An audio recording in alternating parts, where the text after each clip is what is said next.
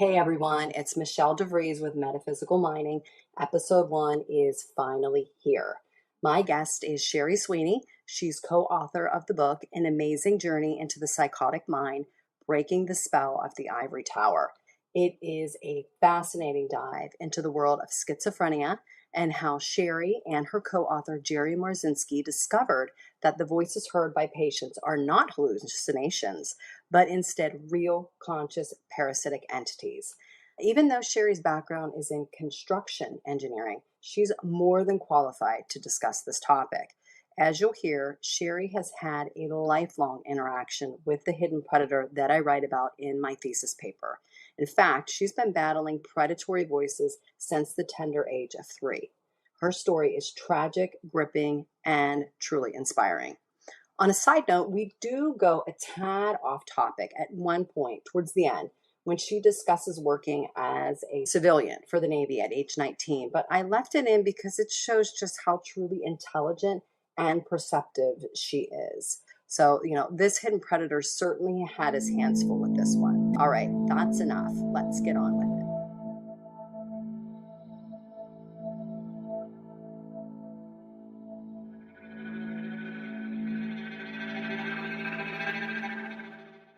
We are officially recording episode 1 of the Metaphysical Mining channel. It is Sunday, February 20th, 2022. My name is Michelle DeVries, and my guest is Sherry Sweeney. Welcome to Metaphysical Mining. Thank you for inviting me, Michelle. I really appreciate you taking the time to read the paper and speak with me today. Just let everybody know that before we hit record, I was explaining to Sherry how I wanted this channel to play out. Like, what was my aspirations? What were my intentions with this channel? This is basically a supplement to my academic research. I was awarded my master's degree in metaphysical science in December of 2021. So just a couple months ago. And I established this channel to speak with people like Sherry, authors and researchers that I featured in my review of literature chapter within the paper. And here are the resources that I used. This is Sherry Sweeney's book that she co-authored with Jerry Marzinski. It's an amazing journey into the psychotic mind, breaking the spell of the ivory tower. And then to the right is her website, which is keyholejourney.wordpress.com. I will put the links for everything in the show notes. We're going to get into some of the quotes in the book that I used, as well as I'm going to read a passage from her blog. But before that, something else that I shared with Sherry is something that happened this morning while I was drinking my coffee and I was getting prepared, mentally prepared for the show. Not only am I working on a project like this channel, I have other projects on the side that I decided to focus on this year. One of them is learning how to be proficient in a tarot deck that was created by Josephine McCarthy. The Quoria deck, here's the book that supplements the deck. So I'm drinking my coffee this morning, I'm shuffling the cards, and I said, I just want one card that will encapsulate the show that we're going to do. It's going to represent the person that I'm going to be interviewing, just kind of set the tone for the show itself, give me some inspiration. And the card that's supposed to represent the show and Sherry is the Wheel of Fate. I am going to read quickly the description within the book that describes this Wheel of Fate. All right, here we go. As the Wheel of Fate turns, it burns up old, outmoded patterns and illuminates the new path ahead. This power sits close to humanity and manifestation and is involved with the changing tides of fate of all living things. As the power of change flows through the inner desert, the wheel turns and gives that change the momentum necessary to break the present stasis and prepare for whatever new allocations are to be put in place by the three fates. The Wheel of Fate is connected to the chariot. They are both powers that rise out of the earth and bring change. The wheel is concerned with the fate patterns of living humans. It brings change that enables a person's fate to progress. The appearance of this card heralds a major change for the magician or for the reading's subjects, which would be Sherry. When this card appears, do not fear the change or fight it. It is a necessary part of your development and maturation. Embrace the change and be open to engaging actively with this power to learn and grow. That's a pretty powerful card that we were just talking about before we hit record, that I'm going to leave this card up because I want everybody to keep that description top of mind, keep this card top of mind as I read from her blog. And I decided to introduce Sherry in this way because she's way more than just a paragraph of a bio. And that's not to throw shade at other shows that do that, but this show is different. This show is drilling down into who these people are that I used in my paper. Why did I use them? And when I read this, it's going to show you the journey that I went on, because this is the story that got me to use Sherry's information in my paper. You guys are going to see what I actually read. And at the end, I knew that her information had to be included, and I knew that I had to interview her someday. This is from July 21st, 2016, and Sherry has not heard this in a while. This is story time with Okay. Michelle and metaphysical mining. All right, here we go. Sherry, you wrote, I think the best way to explain how I was able to send away the negative spirits that plagued me for years is to tell you a story. It begins some 40 years ago, after I'd already spent years researching the brain to learn what was wrong with me and how to fix it. My initial research centered on conventional science. What I learned about the mechanics of the brain was interesting, but didn't help much, as it only dealt with the material world. The voices that haunted me were not of that world. All right, I love this story already. All right, the story begins with a friend of mine. The story begins when a friend of mine was going on a trip around the world and would be gone for 4 months. She invited me to house sit for her and babysit her Yorkshire Terrier. I jumped at the chance to live in a beautiful home in Mill Valley, California, secluded from everyone else in San Francisco. At that time, I was struggling with how to forgive my ex and his new wife for taking my children from me and then poisoning their minds against me. This seclusion was a perfect opportunity for that effort. The day after I moved in and said bon voyage to my friend, I went to a bookstore to browse around with when a book fell off the shelf, landing at my feet. Wheel of Fate. I picked it up to put it back on the shelf, but first I flipped through its pages. Seriously, you're going to be floored by the end of this. So it was Wayne Dyer. It was by Wayne Dyer, called Your Erroneous Zones. I took it to the bookstore coffee shop to browse through before deciding whether to buy it or not, and opened it to a random page which read, no one can make you feel good or bad. That is your choice. You have the ability to control your thoughts, and only you can make yourself happy. I closed the book and whispered, oh my God, I did not know that. That was a pivotal moment for me that changed the course of my life. I took the book back to I'm getting the goosebumps, by the way. So I took the book back to my friend's house and began reading every page. Many times I put it down to observe my thoughts. I've done that so many times myself. I wondered, who is it observing my thoughts? What are thoughts? Where do thoughts come from? Where do thoughts go once we think them? How do I control them if I'm able to step back and watch them appear out of nowhere, realizing they are not coming from me, the watcher? Very good questions. At the end of the 4 months, my friend returned from her world tour. She and I had a lot to discuss. First, she had to show me all her slides of places she visited and people she met. She looked vibrant and happy. At supper, I told her about the book. Did you know that you can control your thoughts and that no one can make you feel one way or another unless you allow it? I asked. She did not know this either, and though her childhood had been quite normal, she loved the idea. She asked if I would leave the book with her. As I drove back to San Francisco to find a new apartment, I continued having revelations about my own mind. In my apartment, I spent time alone, plowing through many texts about the brain and mind before I came across a book by Robert Monroe called Journeys Out of the Body. I practiced some of the exercises the book recommended. They didn't cause me to travel out of my body, but did have another astounding effect. I began to see flashes of memory from the past 13 years of my life, which I had previously had no recall. I didn't understand them at first until a floodgate opened and all the memories rushed in suddenly. I was overwhelmed and could not believe the things I was remembering. I felt like a deer in the headlights, understanding but too horrified to process everything all at once. Flashes of my father being enamored with Japanese torture methods and using me as his lab rat from age 3 to 6 surged into my mind.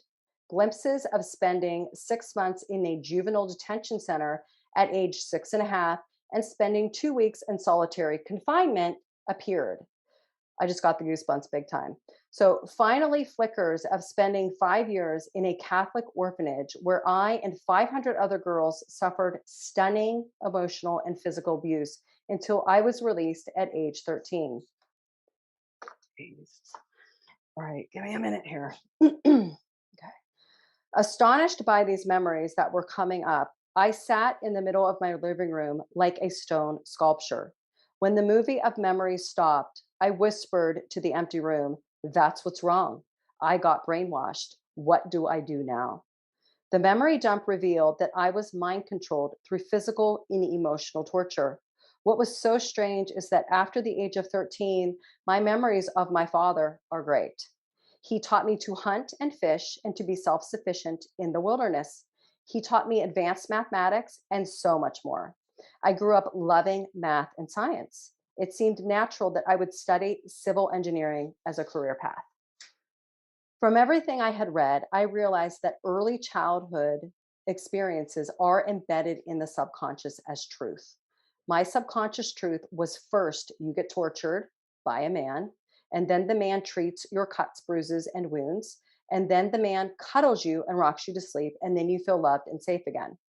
This was exactly the scenario I had been playing out in my life without ever knowing why.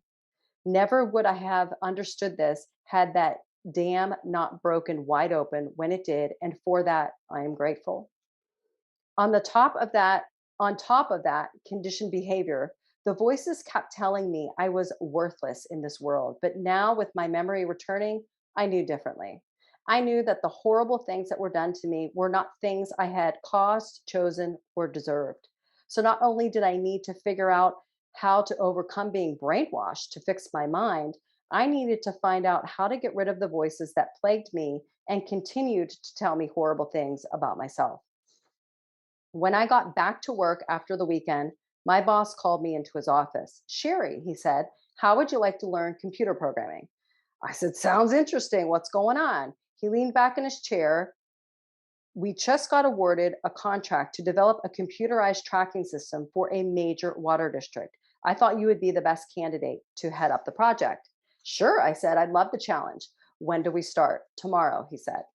Over the next few months, I learned computer programming. 15 months later, I had written the computer code for the water district's tracking system, and they loved it.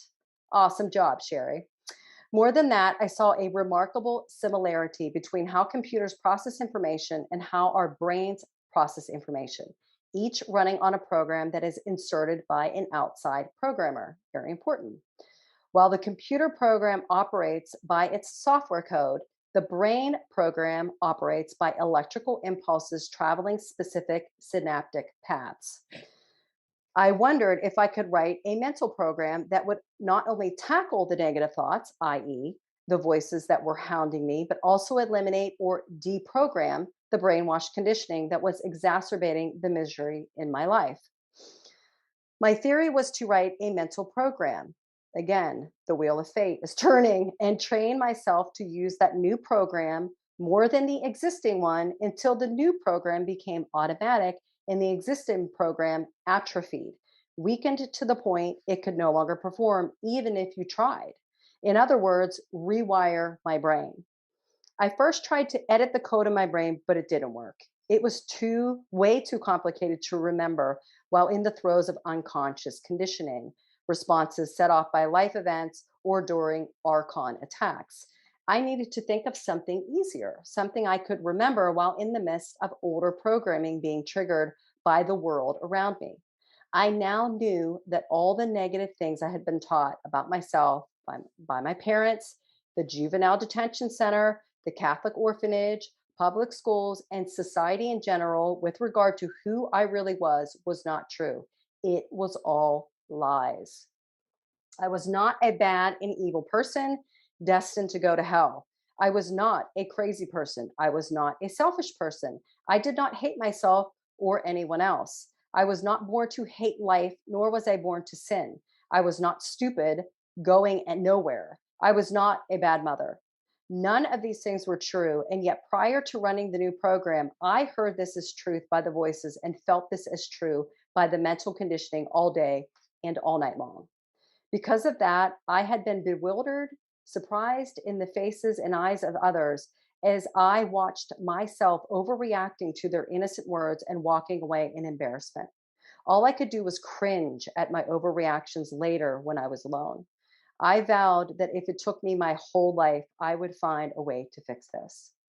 After some trial and error, I designed a mental program called That's a Lie. I actually have Wayne Dyer to thank for initially setting me on the right track by pointing out that we do have a choice about the way we think. In other words, we have the ability to take control over our own mind. I also give credit to and many thanks to the universe for the synchronicity of dropping Wayne's book at my feet and opening the door that allowed me to learn computer programming. The wheel of fate turns again. It was exactly what I needed to get started on the path toward fixing the root problem so that I could begin to heal. Couple more pages. The That's a Lie program worked perfectly on eliminating the brainwashed conditioning, allowing me the mental space I required to become who I wanted to be instead of mindlessly being what others programmed into me. My theory had worked. Once I broke through and conquered the brainwashing effects, I was surprised to find that much of what had been forcefully programmed into my brain as a child was still being utilized by the spirit parasites against me. I was still receiving negative thoughts and messages which sounded exactly like my own thoughts. The prodding and poking, the suggestions, even demands coming from them were beyond anything I could imagine thinking, much less doing. If these thoughts were not coming from me and I could sit back and watch them flow through me and feel disgusted by them, then they were from an outside source. Researching this, I learned about the archons of ancient times. And I'm going to read a quote that she has from a text. In 1947, texts were found in clay jars in Nag Hammadi in Egypt. And on these texts was a story of what the Nag Hammadi people 2,000 years ago thought the world was about. In Gnostic belief, archons were planetary rulers and guardians of the spiritual planes. The archons were associated with the seven invisible planets and perceived as ancient agents of the demiurge, predatory beings who inhabit spiritual awakening by convincing humanity of false reality, forces of sin, and temptation. They influence the way you perceive the world, not the world itself. Very important.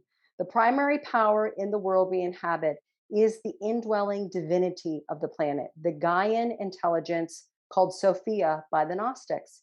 If you are aligned to the Gaian intelligence, you do not see the world as a place of fear and predation, but of beauty, bounty, and magic.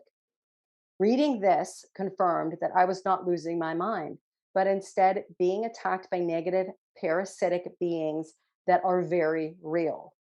Now it was time to apply the new program to see if it would work on the archon/demon voices that just would not leave me alone.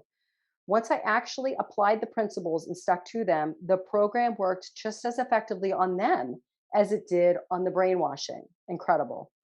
In essence, this program denies the entities their battle. You are armed with the truth that these parasites tell lies about who you are, lots of them. By not engaging and denying them the battle, you are not generating any food for them. They must have negative energy to survive. They cannot generate it themselves. They have no power of their own. They cannot evoke negative emotions from you. They have no choice but to leave or starve to death. If you are persistent, they have to leave. Here's how I worked the That's the Lie program. Every time I caught myself having a knee jerk overreaction to a thought or feeling, I would say, That's a lie. An example, one of many, someone might say, You are just a stupid idiot. Instead of allowing the old program to run, that would cause me to agree and feel low self esteem or get angry about what the person said. I would consciously run the new program and say to myself, That's a lie. My logical mind already knew I was not stupid, but my subconscious mind needed the new program to be repeatedly run in order to create new neural pathways in a different recording. How in the world could I work as a civil engineer and run an international human rights organization and run my life in spite of all the stuff that had happened to me if I were stupid? Exactly. The messages these entities were inserting into my mind were insane. The truth, I love this part. The truth, this is the last paragraph. The truth is that each of us is born as a pure being, each with a pure and sovereign spirit, each with the potential to live a happy, productive, healthy, and prosperous life. By the time the world gets through with us, running us through the mill and negatively programming us, we forget all that. For some of us, the process is torturous, as was mine. For others, the process is like everyday hearing and seeing, witnessing people say and do things that are nasty, egotistical, and completely contrary to the flesh. Thus, our subconscious records these things as truth when it is all lies. With our perception of the world influenced by these lies, we become the perfect feeding ground for these parasites to infest.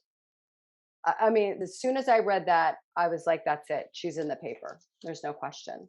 Yeah, well, I think that says it all. So Like we can be done. yeah, we can be all done. I'm telling you, that was it. Was just let me stop sharing here. I mean, did you see before I do? Did you see the Wheel of Fate Yes. everywhere in that? And let me just stop share for a second so we can catch our bearings here from that. I'm gonna take a sip of some water. What were your thoughts? Because you haven't heard that in a while, have you? No, I haven't. I've sent a lot of people to read it. I think the Mhm. title of that is That's the Lie program, isn't it? Yes, it Yeah. is. It is. Yeah. And like I And said, it's that, from July 21st, 2016. If anybody wants to write that down and but I'll put it in the show notes. But yeah, that's a lie program. yeah, and then shortly after that I did an interview with James Bartley and there were a lot of questions. So I wrote a part 2 to Okay. that. I think I called it That's a Lie Update. Anyway, I should have called it part 2, but and so I went into the mechanics of how the subconscious works, and I got that work from Bruce Lipton, Dr. Bruce Okay. Lipton, who's Which your that's really synchronistic because I use Bruce in the beginning in the introduction of the paper. I noticed that. Yeah, I Yeah, know this blows my mind, this kind of stuff, because the universe guides you, just like that book fell on your feet. It absolutely. it will do stuff like that if you are mature enough to witness it and then act on it. You can't be dismissive of stuff like that. Yeah, the synchronicities are sometimes subtle and you might Mhm. miss them if you're not looking for them, but if you want something or you have a deep desire to do something, especially when to improve yourself or to improve the life of others or to just improve life on earth, then the synchronicities are abundant. They're everywhere you turn. And if you don't notice them, well, you know, there'll be more, but you have to notice them to act on them. So that's what's happening here, I believe. Mhm. You know, Yes. with you all of a sudden contacted us from my website and from Jerry's website, and then I opened up your paper and read it, and I thought, oh, okay, well, she's really on the right page. You know, she's really, you know, this is wonderful. And then when Yes. you invited me to talk to you on your show, I was like, well, okay, this is delightful. Yeah.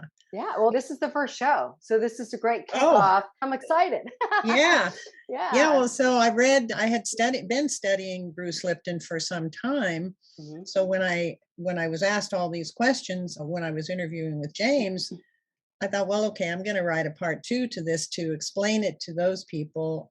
And I used a lot of Bruce Lipton's work Mhm. to explain how he describes the subconscious works. I put it in my own words. Mhm. I think I quoted him a couple of times, but I put it basically in my own words from my own understanding because when you're learning something, if you can't explain what you've learned, then you haven't learned it. Yeah, I exactly. needed to do this in my words and you know so that it conveyed his whole realm of research.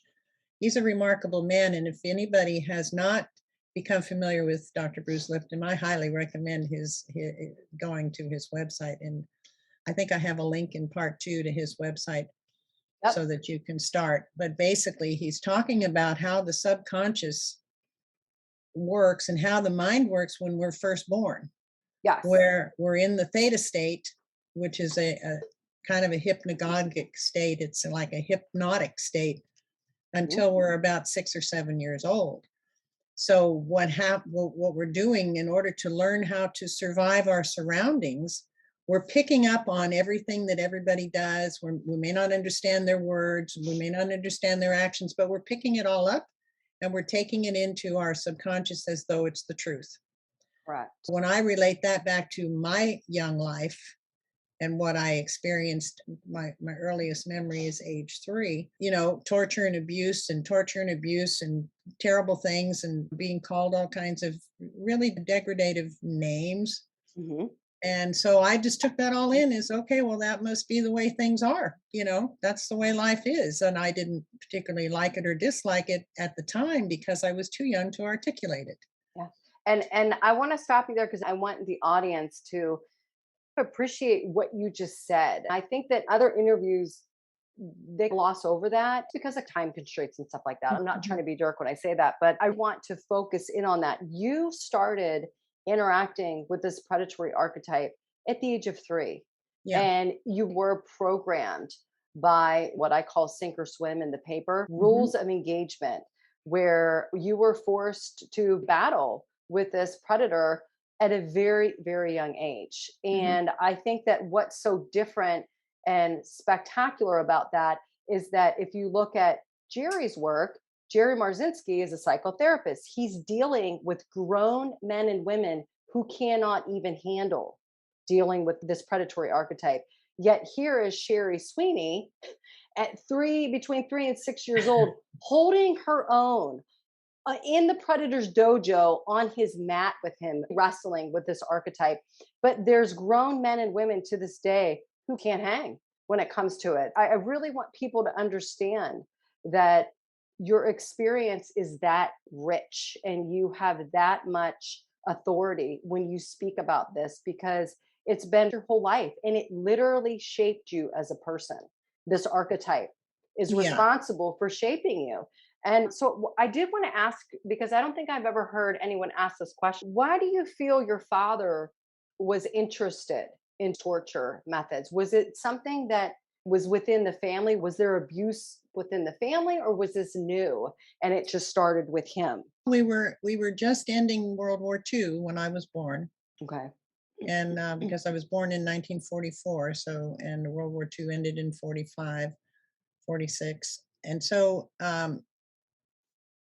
I don't know what caused him specifically to be enamored with Japanese torture, but Yeah.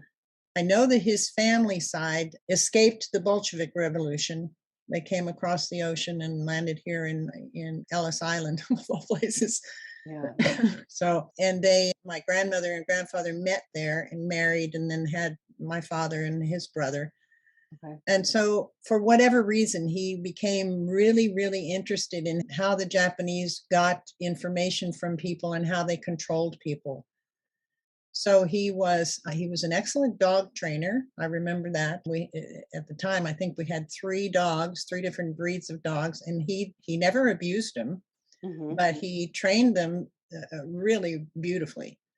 And then I guess he decided to train me to see Gotcha. how I would react to the torture Hmm. methods. And so, being a child, I think all children love their parents when they're small. They don't, they just love them. They're Hmm. just connected to them. There's a bond. And so I remember my father asking, he said, "I want to do an experiment. Will you help me?" And I was like all excited. Yeah, Yeah. sure. I'd love to help you. Sure, Daddy. That Hmm. sounds great. I had no idea what I was getting into. So we went into the kitchen and he put on his lab coat and he got his clipboard.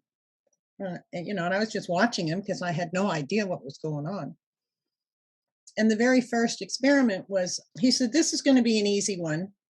I just want to test you and see how you'll do." I said, "Okay." And so what it was, here I am 3 years old. He had me put my arms out to the side with my palms up, and he put a glass of water in each palm. Okay. And they were pretty full. They weren't filled to the brim, but they were like, regular filled glasses. They were Hmm. They were not big glasses, but they were, maybe juice glasses. Hmm. And he said, so I want you to hold those out there and don't spill a drop, because if you do, then the consequences are going to be very, very bad. And I didn't know what that meant, but it scared me. Hmm. Because he was a big guy. He was 6'4". Oh, wow. And so I said, okay. So I put my arms out and he put a glass of water in each palm of my hand and I'm holding him out. And I wish I were on video now, because that's what I'm doing right now. Hmm. But so I'm holding the glasses and my arms were getting heavier and heavier and heavier. And you can imagine, I'm 3 years old. Yeah, you're 3 years old. Yeah. I'm 3 years old. I'm supposed to balance these glasses without spilling a drop. Hmm. Yeah. So I was afraid of that. I was watching them and making sure I wasn't spilling anything. And then my arms started getting really super heavy. Hmm. And then I said, can I put them down now? Because my arms are getting heavy. He said, no, just wait a bit. And he wrote something on his clipboard. And so then my arms really were starting to be very painful, really, really hurting. And so I started to cry because they hurt so much. Yeah. And so I was crying and saying, can I put my hands down now, Hmm. please? And he said, no, just a few minutes, just hold them there until I tell you to stop. So I really started getting scared because I was afraid of those consequences, even though he didn't tell me what they were. Yeah.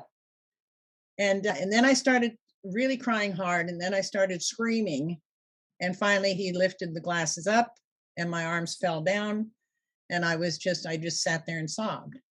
And he was dutifully writing notes down. He didn't do anything to console me or anything like that. He was just observing what was going on. That was the Wow. first day. Wow. So then the next day he said, are you ready for another experiment? And I said, no. No. I You're don't like, think I no. no, I don't want to do Yeah. that. No, he said, we won't do that one. I promise you. So wait, so he didn't even explain what that was all about.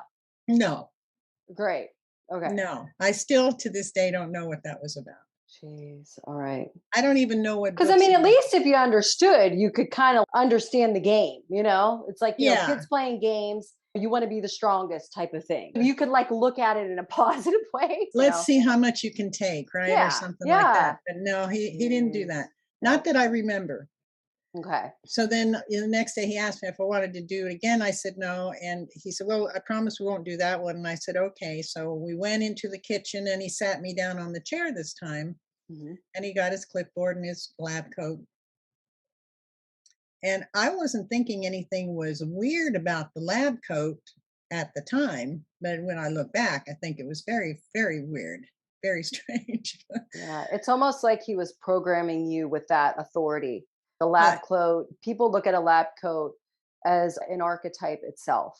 oh, you know? sure. Yeah. Absolutely. Yeah. It's the Western archetype for medicine, Yeah, absolutely. He had the air of medicine, Mhm. laboratory, Yep. even though it was in our kitchen, it had the air of that, the feel of that. And so then he had a soldering iron being heated up in the gas stove in the one of the burners of the gas stove, and it was just sitting there heating up. And I didn't notice it right off the bat until I Mhm. started smelling it, because it started getting super red hot. Yeah. And then he said, put your hands on the table and spread your fingers out. So I did. Like, no. No, I did, because I didn't Uh-huh. see the iron. I didn't see the Yeah. iron. Okay. I still have scars on my thumbs from where he touched me after all these years Mhm. with that hot iron. And I screamed my head off. And he just said, you have to sit there and be still. You have to take this. And I said, no. Oh my And he said, you better God. just sit there and take it or else. And that or else made me stay. Yeah. Yeah. Yeah. When you hear that from a parent, you Yeah. don't want to know what that is. No, I didn't want to know No. what it was. And I Yeah. was really, really afraid. But Because if I'm getting this type of behavior is occurring, and the or else is or worse. else is going to be worse. So, Yeah. So that's kind of the way it built up over time. And then he didn't do it every day. He did it a couple of days and then he'd give it a break and then he'd go back again and do it again. So this went on until I was about 6.5 years old. But in Wow. between, my sister and I would go to bed. We shared the room. And then my father would come in and he would pull me out of bed, out just out of a sound sleep. Mhm. He would grab a hold of my shoulder and walk me over to a big chair in the living room. Mhm. It's a big wooden chair. I'll never forget. It was a beautiful maple or oak chair. It was a really pretty chair. And so I would sit in the chair and then he would sit on the couch and he would start reading some of his books. And most of them were about mathematics or architecture or history, and not regular history. It was like, actually it was metaphysical history that he was Okay. reading. And so what my job was to sit there and pay attention and don't fall asleep. Oh, geez. Yeah, So I that's would not going to happen. that's when the voices really attacked me. Mhm. And I wrote about this in the book. I wrote about Yes. one of the sessions in the book Okay. where I was scrambling with it. And I made a game of it because at one point, and I think I put this part in the book too, at one point I was staring at my father, and because I was staring at him, I turned his head, I made his head shrink. Yes, I remember this. You made it shrink into an orange, right? Yeah, I called it Yes. an orange head. And that was Yes. That was the it, way you could stay awake, right? Was to use your yeah, imagination yeah, to focus on something that would be fun. That's your instinct and your intuition. yeah. What I talk about in the paper, where Mhm. the theory that I have in the paper is that you have to have a certain level of maturity in order to switch on this survival mechanism that helps you to battle this predator successfully. And I I like that you were a young age, because when I say, and I'm not saying that I like that this happened to you. I'm just saying because of the age that you were, because when I say maturity, I don't mean age, like human age maturity. I mean that you probably came into this lifetime with that level of maturity, which is why at this young age, you could switch on that type of imagination where it protected you. Mhm. Versus these people that Jerry worked with, they're adults. They're 30, 40, 50 years old and they can't hack it. Yet you were able to adapt and evolve with this type of behavior. And I think that really shows you had this universal, almost cosmic maturity when you came into this body. It's almost like you were prepared for this fate that you were born into. I Does never that thought make about it that sense? way. It does make sense, but I never thought about it that way. I do recall after one of these long reading sessions, that was the night that I got thrown across the room for yelling at the voices, and my dad interpreted that as me yelling at him Yes. because Yes. I thought I was yelling from inside, but I was actually yelling You were outside. using your outside voice, not your I was- inside voice. yeah, And you were yeah. probably so tired That that you was a didn't even mistake. realize it, you know? Yeah, yeah, Yeah. probably so. That was a big mistake because I ended up across the room and then he sent me off to bed. And I remember sitting on my bedroom floor and I was looking out. I just recently wrote a blog about this too. I was sitting looking out the window and the only light was the moon. And I remember thinking, I don't want to do this again. And I meant this Yeah. life experience again. I don't want to Mhm. do this again. Yep. So I had my mind made up. I didn't want to do this again. But Yeah. yet here I was in this situation anyway. And there, as a child, you can't just get out of that situation. Yeah. Yeah. You're stuck And there. that's perfectly goes along with, you didn't want to do this, but you came in guns blazing. You Yeah. came in with this memory. And I'm kind of getting into my PhD research now, but I really feel that you're epigenetically, we'll use a Dr. Bruce Lipton term, when you Hmm. epigenetically trigger DNA that has the gifts and talents that you can use to survive. This is a perfect example of it. You tapped into this DNA that your ancestors passed on to you. Somebody within your DNA line perfected battling this predator, and they hid that knowledge in your genes. And it's just sitting there waiting. It's waiting for that mature individual who has the authority. You have to have the authority to switch this on. And then once you switch it on, watch out. You get all the gifts and the talents that you need to battle whatever it is that comes at you. And that's exactly what I saw with you and with Jerry and with Paul, you all had a different moment where I saw that switch was flipped. In your blog, in that story, you flipped that switch. And then Jerry, he did his a different way. Paul Eno did his in seminary school. So that's why I chose the three of you, because I could literally see you saying it in your material. And that's what I included in the paper, was that aha moment that all three of you had. And you guys are textbook examples of having the authority and the permission from your ancestral line to use these talents and gifts, because not everybody gets access to them. And Jerry Marzinski's work, when I talk to him, I'm going to talk about that. Most of his patients, they don't have access to those gifts and talents because they don't have the maturity level. They have to live through not having those gifts in order to be able to get access to them, maybe in another lifetime. I don't really, I don't know everything, but for you, being able to do this at what, 3, 4, 5, just anything below the age of 18, in my opinion, is miraculous. So bravo, hats off to you. Yeah, yeah. Well, I don't suppose I would have survived otherwise. Yeah, no, you No, probably wouldn't. I no. mean, Because that's, I had moments, I had several moments where I felt like I was so tired of battling. I was really yeah. exhausted battling. And I remember I had the thought planted in my brain from the, I call them voices, but they weren't audible voices. They were just really intrusive. Like Yeah, they were telepathic kind of, yeah, telepathic thoughts, and they yeah, were very, very intrusive. They were yes. obviously not coming from me. And I knew that. And I remember Jerry saying, "Well, how did you know they weren't from you?" And I said, "I don't know. I just knew." At what age did you first hear those voices? Did you Oh, what age did I 5? first hear? Yeah. Oh gosh, I'm not really sure. I kind of think I've been hearing them all along, but maybe I wasn't aware of it. I think I was 5. I remember going out into the living room, and my father was there, and my stepmother was there, and I think they had some visitors over.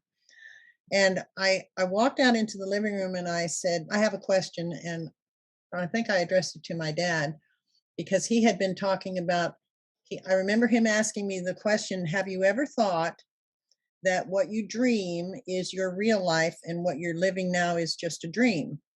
Oh, And here wow. I was 5 years old, right? Yeah. And I'm like, no, I never thought of that. Yeah. Why would I think of that? So Yes. anyway, but I guess that kicked off some thoughts. And so Hmm. I wondered where thoughts came from because I was getting bombarded by thoughts that weren't mine. And I wondered where they came from. When I put the question out, I said, where do thoughts come from? And then I wanted to know, well, what do they do after we think about them? I mean, do they still go on and think themselves, or what Hmm. happens to them after you think them? I Yep. still don't know the answer to that one, but Yeah. I've always imagined that having asked that question, what happens to thoughts after you think them? Where do they Hmm. go? What do they do? Are they still active?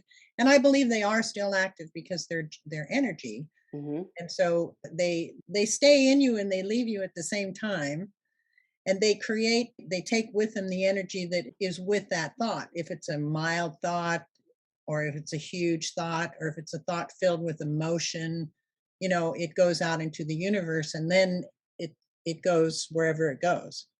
It affects the whole earth, actually. Yeah. It just like Yeah. goes out into the ether. Yeah, to say that to some people, they might think that's a grandiose thought, Mhm. thinking that your little thought can change the world. Well, but everybody has little thoughts all the time. And if Yes. those thoughts are in sync, it's going to change the world, Yes. Yep. or it's going to change the perception of the world, because these, Exactly. whether they're archons or whether they're egregores or whatever they are, I Hmm. know that they're real. I know that they exist. I know that they have a consciousness. They are masters at manipulating perception. Yes. So how we perceive ourselves and how we perceive the world, we have to know what's in our own mind. We have to know the difference between somebody else's thought and our own thoughts, because most of the thoughts we've ever received in our entire life have come from somebody else. Yes. If you Exactly. think about Very it, good point. Hmm. if you think about it, everything that we've ever received in our whole lives is coming from elsewhere. Yes, It's it's coming been from, passed along and we've adopted yes, it and we've thought it yes, was ours. Yeah. yeah, Yeah, I and it, always say I'm not inventing the wheel here. I'm just showing you with my paper. I read these books and I see the pattern. mhm, That's it. Because this is exactly. a story as old as time. Mhm, And this would be a good lead into those slides that I have because some people that are listening that haven't read the paper, that maybe haven't read the book that you co-authored with Jerry, maybe they're kind of wondering, what the heck are these ladies talking about? What is this parasite? Is it a predator? Is it an egregore? Let me go to the slides. And this is her book that Sherry co-wrote with Jerry. The story that I read was this. To the right was the blog, that this keyholejourney.wordpress.com. So I'm going to go into defining some terms. Okay. And the reason why we're having this conversation, I started this channel was because it's a supplement to my master's thesis paper. And the title of that paper is The Hidden Predator: Deconstructing the Shadow Side of Reality. We've been talking about this hidden predator the whole time. So this is just a quick overview for people that haven't read the paper yet. We can all be on the same page from this point going forward, but this is my actual thesis statement. I'm going to read it quickly. This thesis will reveal the subtle predatory ruling intelligence embedded within the fabric of our reality and how humanity interacts with it, often with dangerous and even deadly consequences. I'll prove that just becoming aware of the shadow archetype of reality can be a catalyst for an evolutionary growth process of the mind, ushering humanity into another plateau of awareness. And then I finished with saying that once you stand on this higher plateau, contrary to what most people believe, you will become aware of a very different paradigm. You'll go through a paradigm shift, hopefully, and then one in which humans are not at the top of the food chain. And the reason why I bolded and put that one sentence in green is because that is what we were just talking about with Sherry. That research and her story is within part 2 of the review of literature, where I go into how this predator can be a catalyst for an evolutionary growth process and how I showcase what Sherry was just talking about, how she was forced into look at the world from a different perspective. She had a paradigm shift at a very young age and had to evolve in order to survive, is essentially what you had to do. mhm. And there's a term in the discussion section that I call kaleidoscoping. You're a perfect example of that. You were forced to expand your awareness, and your awareness had to not only look at the physical world, you had to then penetrate into the metaphysical world. And you had to interact with your metaphysical surroundings, which is where this predator lurks. And that was the ancestral tools and gifts that you tapped into. So let's define what this hidden predator means. This is my definition, and then I'll have Sherry talk about her definition. So the hidden predator in the paper is an independent, invisible, non-material, non-human, ancient predatory race. This is a completely different race of being that shares our planet, lives in a parallel reality, and exhibits a high degree of social and psychological agency. In the paper, I also go through a hierarchy, and we probably won't be able to get into this, but it has defined rules of engagement. And with all that, once you read all the review of literature and the discussion, you'll see that this predator is governed by laws that appear to supersede our human laws. Interaction with them is on their terms, not ours. And you can see that in part 1 of the review of literature, where I show how they can easily take humans from our reality to theirs. They physically come and go as they please, and they literally take us as they please, back and forth. And sometimes they don't bring us back. So that's basically what a hidden predator is in a nutshell. It's way more than that. But Sherry, do you agree with all of that so far? And Yeah, maybe you say they live in a parallel reality. I believe they do. I think that parallel reality is more of a frequency. They yes, live in a different frequency that we can't see because our visual spectrum is quite narrow in yeah, the whole spectrum of light. So yeah, I think that I've thought about this a lot and I can't prove it, but I think that they live in a different frequency than ours. That's why we can't see them. yes, Once in and a while, they will be able to manifest themselves in the form of smoke or dust or something that's still not tangible, still not. Which you're describing a time storm, right? The what? I said, you're basically describing a time storm. What Janie Randalls wrote about in the book Time Storms that I use in the first part of the paper. It's like a fog or a mist. Yeah, I had an Or experience with one of them when I was an adult. And I was doing Reiki practice with a group of women around the world. This was when I was running the International Human Rights Organization. We were concentrating on prisons in the United States. We were picking one prison at a time, and we had an inmate on the inside who we had befriended Mhm. and who was very interested in making things a little bit better inside, because the prisons, as some people don't even know, they're not just, 3 hots and a cot.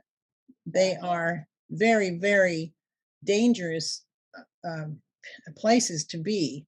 Mhm. And they're full of gangs, they're full of drugs, they're full of crime, there are murders in there, there's beatings in there.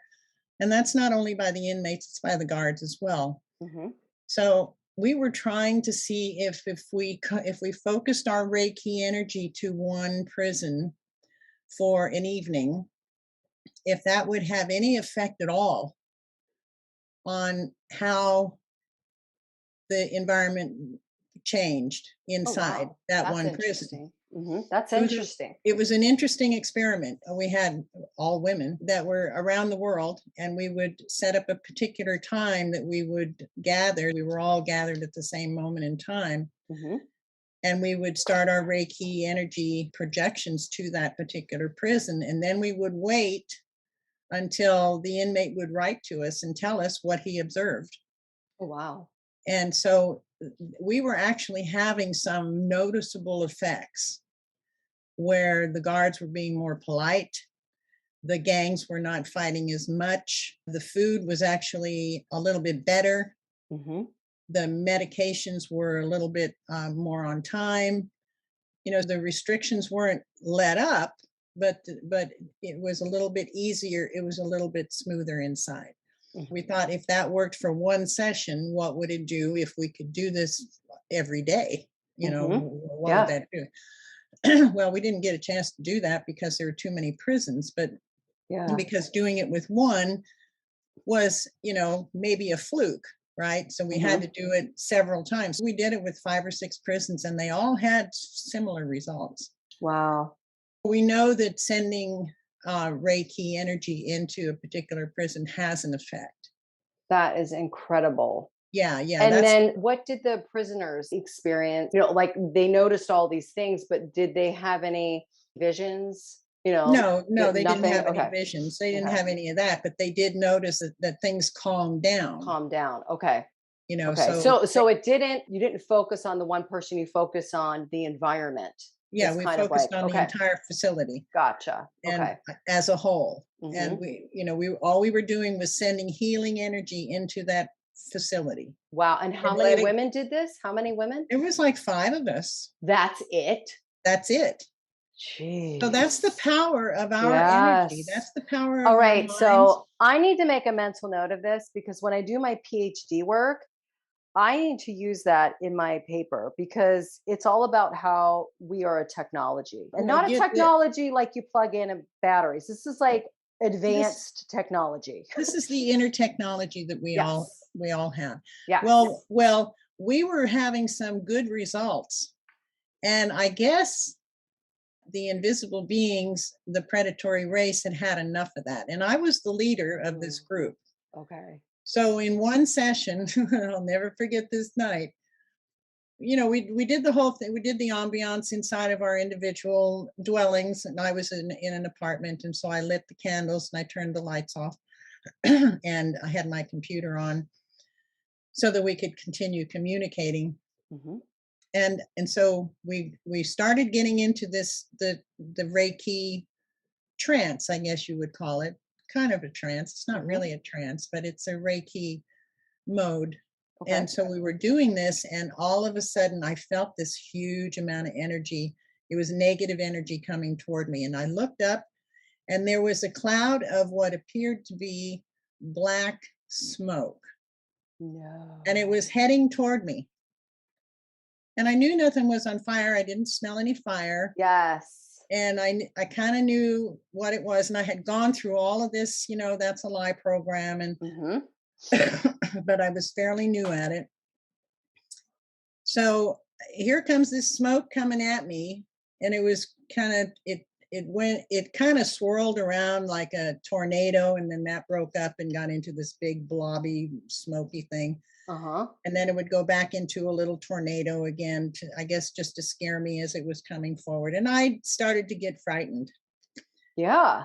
And then as I got frightened, I heard this super loud telepathic voice in my head that says, "Those prisons are mine." No. So Yeah. is this the first time you have direct Yeah. conversation? Well, in that sense, it was Yes. the first Yeah. visual I'd ever had. Yeah. Wow. And actually, it's the only visual I ever had. And so here I was sitting on the floor, leaning up against the couch, with Hmm. my back up against the couch and my legs underneath the coffee table. And I really had no place to go. Yeah. It's like, You're oh, like okay, pinned. now, You're like pinned in. yeah. So I heard these prisons are mine. And then I got scared, and then it Mhm. came at me even stronger. And then I remembered, wait a minute, I know what this is. It took me a second to Yes. get myself together. Mhm. It took me a second, and I said, "No, these prisons are not yours. You have no power over these prisons. We do." Wow. And I want to say he, because Yeah, it felt masculine, it felt probably. very Yeah. masculine, Mhm. and the voice in that the loud telepathic thought in my head was very masculine, and it Mhm. was the emphasis was on mine. It was like a low roar Yeah. of the word It's like mine. that was his sector, Yeah, yeah, that he was in charge of, in a sense.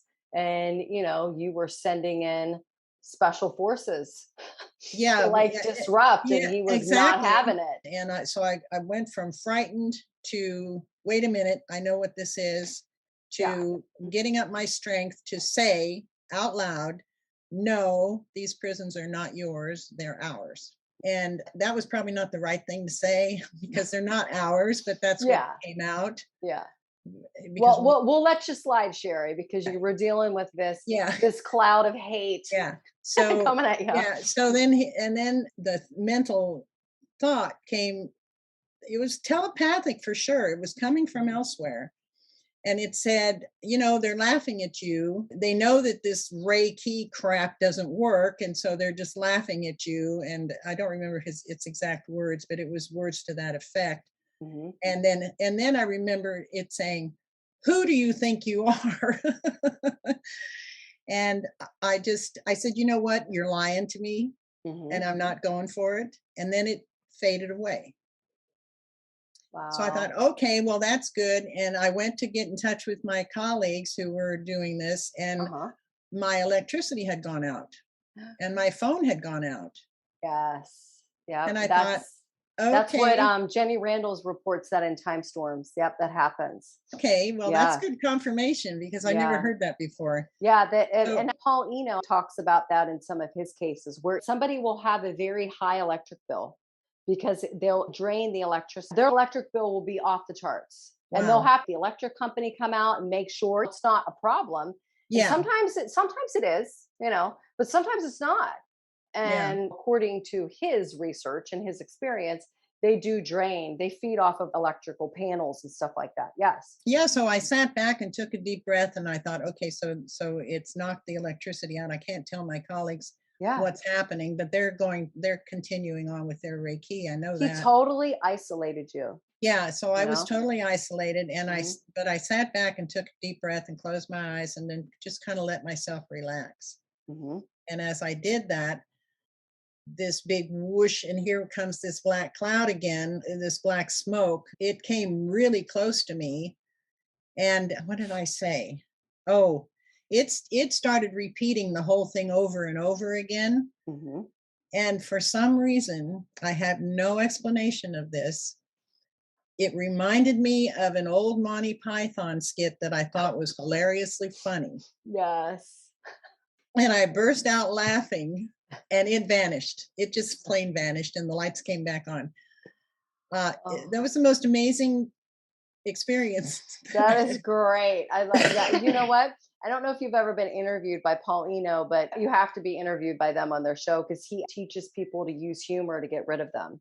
You're the perfect example of proof that Yeah. works. Yeah. And, Well, having the lights go out, because, they suck all the yeah. electricity, that's probably what was used to manifest that cloud. And Oh, for this being to physically come into this reality, he had to get energy from somewhere, yeah, maybe so. I didn't Yeah. think about that, but yeah, Yeah. that's probably a possibility. So yeah, so then I learned then that laughing was a very, very powerful tool to use. Hmm. And I told Jerry about that, and he said that he had one that used laughter to get rid of his voices. Very good. So Awesome. that So was good see confirmation for there's that Jerry. instinctual, intuitive badass that you are. You were like, I'm not having it. And then laughter just bubbled up. So I love it. It just kept repeating and repeating, and it just struck my funny bone. I have a funny sense of humor anyway. Yes. But yeah, I always liked Monty Python because they were so outrageously, Yes. showing the world. So sarcastic and just They, over the top. Like, yeah, over the top, but they mhm. were actually sending a really brilliant Yeah. message to the world. Yep. And I caught on to that. But yeah, so I used to watch their shows all the time. I don't remember the name of the show, but there was several of them that were just so funny. Anyway, so So that's good. what I'm happened glad that you day. could tap into that Mhm. because I don't know what anyone listening is probably like, I don't have a clue what I would have done. It would have scared the pants off of anybody, and it Well, scared me yeah. too. And Yeah. but when I noticed was when I got scared, it Mhm. came closer and got stronger. And I Yes, because wasn't it going to feeds have off of that. that. Yeah. Yeah. Now you say that they have a hierarchy, and Oh, yeah, yeah. they do have Sorry. a hierarchy because this particular entity I sensed that he was kind of like a captain, Yeah. the rank of captain. Mhm. He didn't say that, but that's what it felt like. Yeah, we can use human words to describe, it's probably the same. The hierarchies that we have here is probably the same with the hierarchies there. And that's a perfect lead into the next slide. This is the table of contents of the paper broken down, the introduction, review of literature, discussion, and conclusion, which are the normal things that are in a master's thesis. But what I did with the review of literature is I broke it down, part one and part two, and your information, it's in part two. So part one is all about, we talked about this earlier, the missing 411 cases that David Paulides curated. And I used his profile points to guide the paper. And then I took Jenny Randall's book, Time Storms, I took her cases and I bumped them up against his cases because the majority of her cases were living accounts of what happened. The majority of David's cases are deceased or still missing. Yeah. So we have no record. We can just, all he does is present the facts. All Jenny does is present the facts. And it's amazing when you read these books together because her accounts are like the living account of what happened with his cases. It's Yeah. fascinating. Wow. But anyways, part one is all about the way this hidden predator interacts with humans in a much different way than what is revealed in part two. Because in part one, this predator does not talk. It does not play with his food, is what I say. There's no communication. It's they're there 1 minute, they're gone the next. And usually you are too. And I call them an elite special forces unit. They get in, they get out, and they do what they have to do. No one ever knows they're there. There's like never even a trace. That is a very different behavior than what we see with you and with Jerry and then with Paul, the three examples that I've used in part two.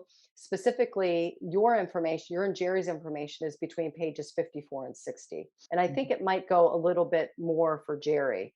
But your section in particular is pages 54 to 60.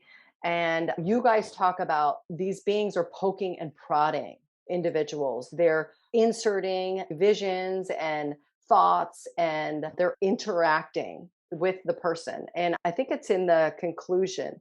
I put that your parasitical predators remind me of the remora, those fish that swim underneath sharks and whales. They attach themselves to their bellies and then they just eat whatever crumbs fall from the kill. So that's what these parasites remind me of. They just kind of attach themselves to people and then they just keep poking and feeding and poking and feeding.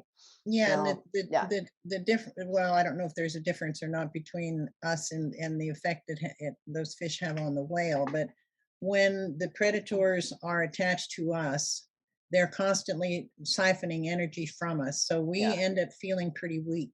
yeah.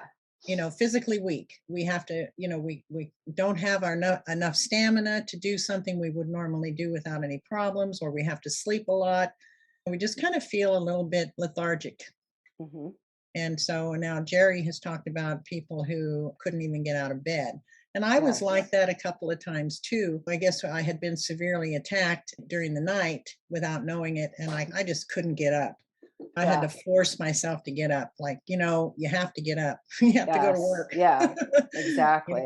and you can't be dragging in like you haven't slept all night. I would Mhm. just put on my I learned in this whole process to change myself like a chameleon changes itself. Mhm. And it was just one of my traits. I was able to pretend that I had all the energy in the world, and then I would. And Mhm. if I was invited to a real high class party, I could Mhm. dress the role and I could act the role. If I was Mhm. invited to a hippie party, I could dress the role and act the role. So, I mean, it didn't matter Yep. if I went to a drag race, I could dress the role and act the role. It Yep. didn't matter what it was.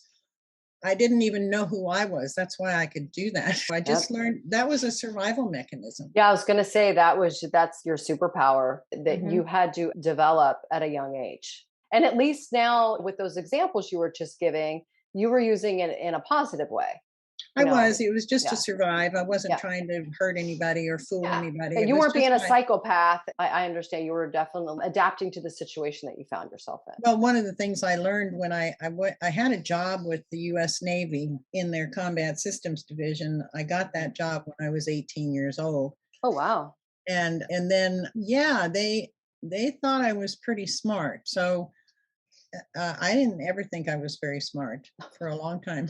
Well, So because you had these voices telling you that, right? yeah, yeah. I mean, So I would yeah. do things that would show that I was pretty smart, And but then they then I would would probably be like, "No, you're stupid. They don't know no, what they're you're really talking about." stupid. They Yeah. don't know. Yeah, they don't know Yeah. what they're talking. They're just trying to make you feel good, so don't pay any attention to them. But the Wow. Navy thought I was pretty smart, and so I got put into the Combat Systems Division and specifically into their sonar group. And I remember one of the things that the boss that I had at the time, he was a retired captain, I think. Anyway, he was a retired officer, and so he went into civilian life, and then he ended up running this whole department. And so I remember him telling me one time, the best thing in the world that anyone can ever do in this life is adapt. You have to learn how to Awesome. adapt. And I Yes. said, yeah, I know how to adapt. I Yeah, knew you're how like, to. "Tell me something I don't already Yeah, know." I know. I'm real good at Yeah. adapting. See, and to me, that's a synchronicity. When somebody says something that, I don't think he probably would never even realize how deep that went for you, Oh, to probably say not. He something was like just, that. yeah, he It, was it just only a synchronicity would do something like that. And that usually comes from people that we don't even know. So I love that you yeah, told that yeah. story. So here I am, 18 years old. I'm in the Combat Systems Division. I'm Hmm. specifically working for the sonar group. And so I'm learning how to read the equipment and how to do all that stuff. And we were, at the time, the shipyard was converting one of the big aircraft carriers. And let me think, it was the Midway, the USS Midway, I think. Okay. And so it came time for inspection before a sea trial. Okay. Well, I had done an awful lot of work on that, and women have never done an inspection on it for a sea, Oh, ever. wow. Very And good. so I said, well, am I going to go on the inspection? And my boss said, well, no. I said, why? He said, because you're a girl. I said, what are you talking about? I know people I, nowadays are probably like, what? But I this mean, was that's, way before yeah. women's lib, Yeah. way the heck So before everybody women's calm lib. down Yeah, because yeah. this is what it was back then. This was back in the 60s. Yes. And Mhm. so I said, what are you talking about? I never heard that before. Mhm.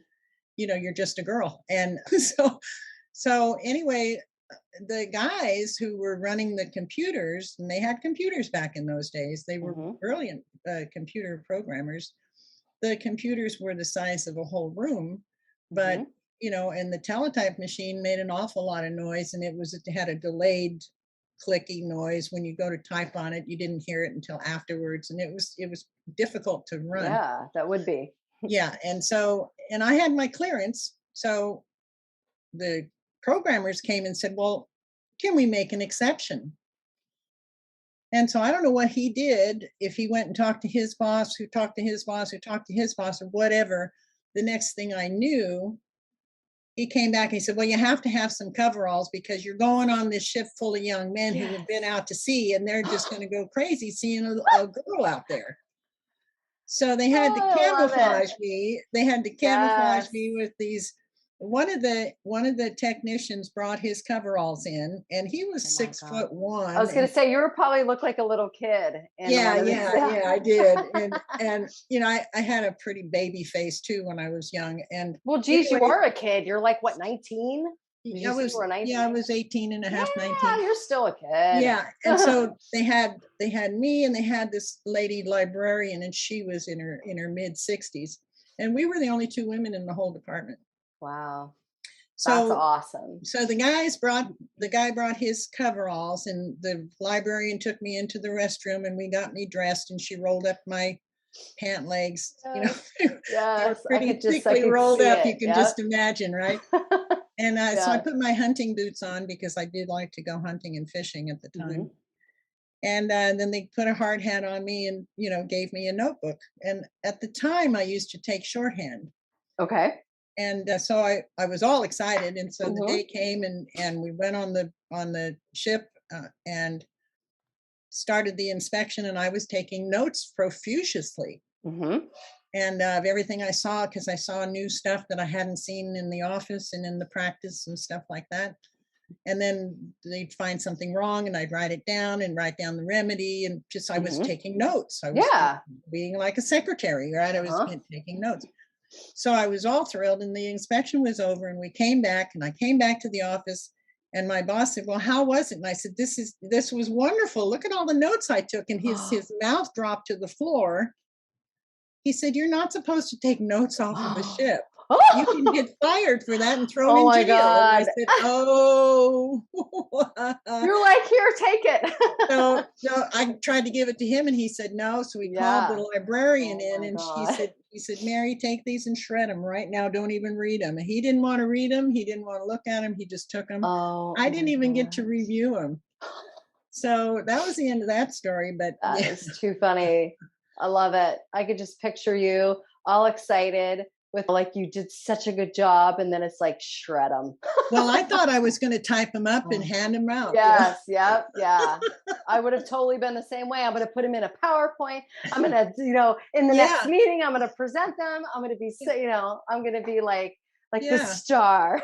yeah. Right, And then they right. shredded them. Yeah, they shredded them. That was hilarious. Oh, that is Yeah. you've had an amazing, amazing background. I'm so glad that I found your work and I put it in the paper and we had time to talk. Why don't we take a short break and we'll go through the list of the things that these parasites say, not only to you, but some of the people that you've worked with. Yeah. And I think that would be really helpful if we approach the next 20, 30 minutes that we talk after the break on the self-defense Mhm. aspect of this. Okay, we are back, and this is Metaphysical Mining, and I am interviewing Sherry Sweeney. We're going to switch gears, and I'm going to read a quote from the book that Sherry co authored with Jerry Marzinski.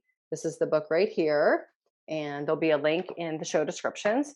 I am on page 86. And Sherry, this is actually one of your quotes. It was a common occurrence for a bygone memory to suddenly pop into my mind. It didn't matter if my actual behavior had been good or bad.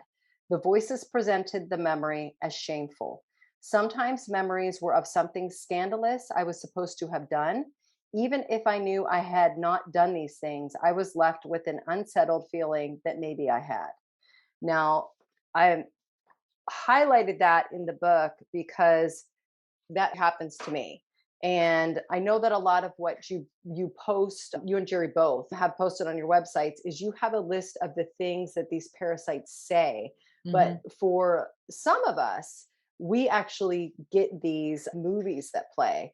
And what happens with me that I started noticing after I really did an in-depth analysis of your work and your blog, I started saying, okay, well, let's see if this happens with me. And so, how they will try and attack me is I will just be minding my own business, doing whatever I'm doing in a day. And all of a sudden, this memory it's almost as if the parasite goes through the Rolodex of your memories and Hmm. is, boop, we're going to send this one because we know that it can elicit this response that maybe we'll feed off of. And a lot of the times it's from when I was a child. And Hmm. it might be an embarrassing thing that either happened to me or that I caused. And even though I'm 46 years old, this memory that comes in that's maybe from 5 or 6, it still has that imprint of that emotion. Yeah. So when they bring this up from your cells, it's like, whoa, I totally forgot about that. And you get that feeling of, Yeah. yeah, you get that rush. And then you're like, wait a minute, that's ridiculous. That I was a kid. Get out of here. That's stupid. Well, then it hit me after I noticed that happening. I'm like, whoa, that's what Sherry's talking about. Except it's not voices, it's actually these movies that they're playing of my memories. Mhm. And it finally clicked and I flipped the switch on it and I started using your method. And I said out loud, you have never been human. You've never been human before. You totally played your cards with me because you are throwing this in my face. But if you were human and you had actually lived through the development of being a child, a teenager, a young adult, a grown adult, and hit your mid 40s, you would have realized that that is a perfectly acceptable thing that a 5 or 6 year old does. And that I understand that I had to actually go through that in order to learn from that situation. And I haven't done that since that age. So nice try. Have a good day because Oh, you're good for dealing you. with a grown adult. Mhm. You can't throw stuff like that in my face because it doesn't stick. And as soon as that happened, the memory was gone. And I, to this day, don't even remember what the memory was. It vanished from my Rolodex. So it was like, that doesn't work for her. Throw it out. Yeah. Now they'll try other things Yes, from they time to have. time. Yeah. Yep. And maybe they'll show me something from when I was in the corporate environment. I'm like, you know what? It's not going to work because stuff like that happens all the time with people. That's what being human is all about. Mhm. So you obviously were never human. You have no idea what you're talking about. I'm not going to let that affect me because I was 26 years old and I was stupid. And I don't do that anymore. I keep saying things like that over and over again. And then those memories just fade. Now That the was thing. just my example of how I used your program in a way. Well, you So, did use the program, and when I say that's a lie program, that was for the moment that I was in the process of everything I had been taught was a lie, and so I had to yes. call it a lie. But in fact, what it is for people who don't want to use that's a lie, because the whole idea is not to give any negative energy out. Yeah. That's the Mhm. whole idea because that's what they want. They want the negative energy so they can Yeah, feed they off want of you to you. feel embarrassed. They want you to feel ashamed. They They want you to want you to relive it. feel, Yeah. yeah. And it's like, yeah, that's what happened back then, but I don't need to feel that now because a lot of the things that I notice they throw in my face, it's petty stuff. That still happens to me from time to time. I like to go out on my porch and have a cup of coffee in the morning and watch the sun come up. I'll be sitting there not thinking of anything other than I'm looking out at and awing at the sun coming up because it's so beautiful. If Mhm. it's not a foggy or a snowy day, Yeah. and so I'll be there, very peaceful and very quiet, and all of a sudden some old a memory will pop up and I'm like, oh, come on, that was then, this is now, Yeah. get on with it. I don't give them any negative energy. I don't have to say that's a lie because it wasn't a lie, and Hmm. it's a memory of something that did happen, Yeah. but that was over and done with long ago. Yep. I dealt with it. I got rid of my emotions with it. I made amends with it, or whatever it was I did with Yes. it. Yep. Yeah. And the thing is that they don't know that. Oh, So that's where I got empowered because I was like, you don't have a clue what you're talking about. They Yeah. don't, and they actually have no power of their own whatsoever. Yeah. And people give them power, and that's their mistake. That's the Yep. big mistake that humans make is they listen and then they relive the Yep. moment over and over and over again. They can't get it out. It's like a song running through your head. You Yeah. can't get rid But of it. it's like until you realize that this is not you throwing this back in your own face, like, you dumbass, why did you do that? Yeah. Or maybe you did something when you were younger and that you did it again when you were older. And then you were like, oh shit, I can't believe I did that. And then they throw that in your face until you read your material and you really, really read it. You let it marinate. You think Yeah, about it and then you start practicing it. Then it's almost like your frequency shifts. it It's does. insane because that's literally how I felt. As soon as it clicked, it was that fast. As soon as it clicked and I said, "You've never been human."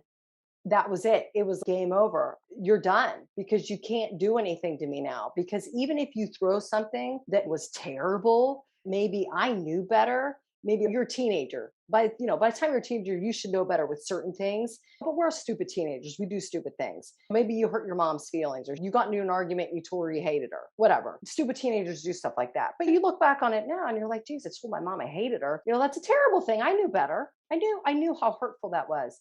And then they throw that in your face. And it's like, no, I'm not even going to let that slide. That's not going to affect me anymore because I know teenagers say that. And my mom knows that I love her and she knows that I wasn't being a jerk.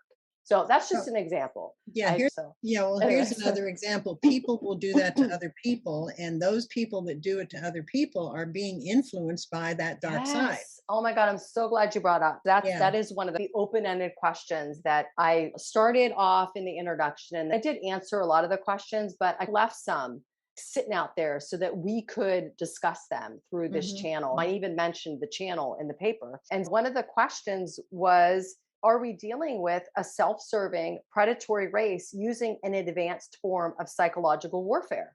They terraform our reality through us, through our human mind. That's what you're talking about is they will influence somebody to say something to somebody else because they Yeah, literally yeah, can't come here.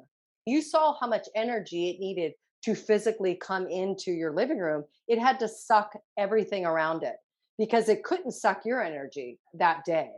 You no. were connected to those other women energetically. You had this strong bond and energetic protective circle, and it couldn't take from that. It had to take from its surroundings. And the And best it could so, do was create itself as some kind of figure yeah, that appeared like smoke. That's the very yes. best that it could do. Yeah, it's like a plasma. I Yeah. call them plasma entities. So that's Mhm, kind of like mhm. what Jenny Randles describes in Time Storms.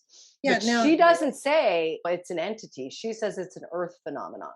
So, mhm. but Well, I mean, it doesn't matter what you interpit it yeah, as. The fact is, exactly. it's going on, and it's affecting Exactly. people's psyche, and it is affecting us. It's affecting the whole humanity on this planet. Yeah. Where, okay, you have, let's take a family feud for example. Hmm. That's going to go back and forth and back and forth and back and forth Yeah. ad nauseum And it could do it for forever generations. until that is broken. And Hmm. somebody has to break that chain. And once the chain is broken, then things will begin to change, and it won't change overnight. It'll change slowly because these are individuals in this chain, and Hmm. each one has their own set of memories, of perceptions, and how they perceive this feud. For Yeah. the example that we're using, a family feud Hmm. or a neighborhood feud or whatever like that. They even did TV programs about this to show how ridiculous they were. Hmm. And we have history of famous family feuds. And now I can't remember the Yes. names of them, Yeah. but The Sackfields and McCoys. I yeah, remember those. there you Yeah. go. And we've got Yeah. one in Kentucky where I live, and I don't remember the name of it, but it's a real famous family feud. Yeah. I think finally all of the descendants are gone, or there's one left, or something like that, and so the feud is And over they don't with. have anyone to argue with anymore. So it's done with No, them. no, It died with them. no. But But the catalyst is these beings that yeah. are, pumping them up. Okay. So let's stay on point with what we were talking about. Because I was talking about how they don't tell me things, but they'll show me things. And Mhm. then, but then what you and Jerry have listed is examples of what you yourself have heard and then what the patients have heard. I'm going to go through, you have 7 things listed on the website that you personally, these are messages from the voices.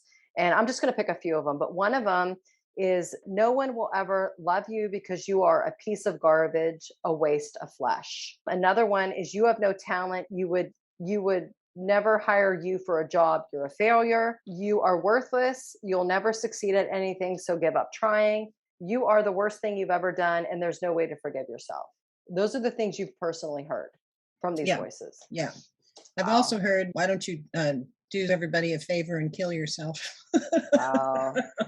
You know, Yeah. And that's sad because that could be an explanation for a lot of suicides, you yeah, know? especially today Yeah. with the whole debacle going on, with people being isolated, especially Yes. the younger folks. Yeah. I can imagine what the voices are telling them, Yeah. you know. Exactly. And I'm glad you brought up the isolation point because Susan B. Martinez, I used her book in the paper as well. It's called The Field Guide to the Spirit World. It's an amazing book. I'm excited to interview her one of these days too. But she talks about this predator from the criminal aspect. She has a lot of data about serial killers and Mhm. how they heard these voices and how from a young age they were isolated. I mean, she goes on and on about how these evil spirits, she calls them, we can call them the hidden predator. It's all the same thing. They isolate people. That's big with them. They want you isolated and then Absolutely. they start bombarding you. It's crazy to see. She has these charts and it's like your list, but it is horrific. And these serial killers will actually commit murders because of what these voices are saying. Yeah. Now there's a slight difference between those serial killers and myself, Yes. in that I had the fortitude or the strength or the pre-knowledge or whatever it was that got me through this, because I was isolated, Mhm.